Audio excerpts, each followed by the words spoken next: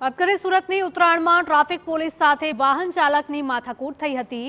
હેલ્મેટને લઈને વાહન ચાલકે પોલીસ અધિકારી સાથે બબાલ કરી હતી। પોલીસે માથાકૂટ કરનાર વાહન ચાલકની ધરપકડ કરી છે।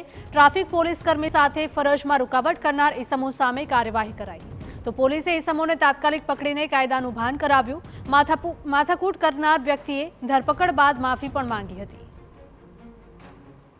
सूरत शहर में निकलता हो फोर व्हीलर में टू व्हीलर में तो टू व्हीलर में हेल्मेट और फोर व्हीलर नी अंदर तमारो सीट बेल्ट और जरूरी डॉक्यूमेंट बधा ज साथे राखवा जोईए।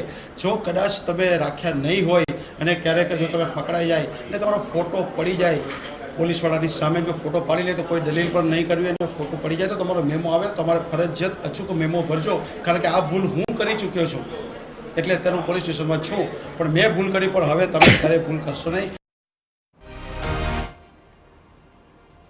संवाददाता बळदेव जोड़ाई गया है વધુ વિગતો સાથે। બળદેવ જણાવશો કે જે પ્રકારની આ ઘટના આવી છે, હેલ્મેટને લઈને માથાકૂટ કરી હતી એક શખ્સે પરંતુ તેની ધરપકડ કરવામાં આવી છે।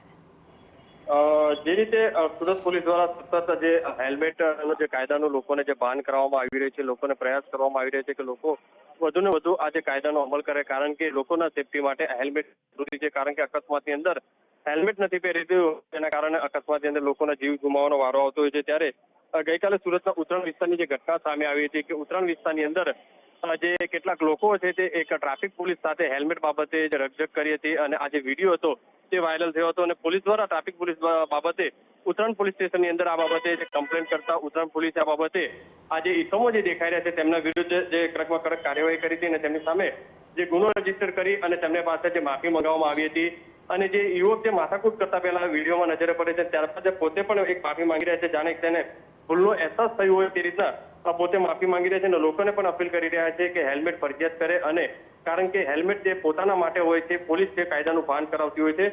હાલમાં તો આ બાબતે ઉત્તરાયણ પોલીસે વધુ તપાસ હાથ ધરી છે। જી બિલકુલ, માહિતી બદલ આભાર।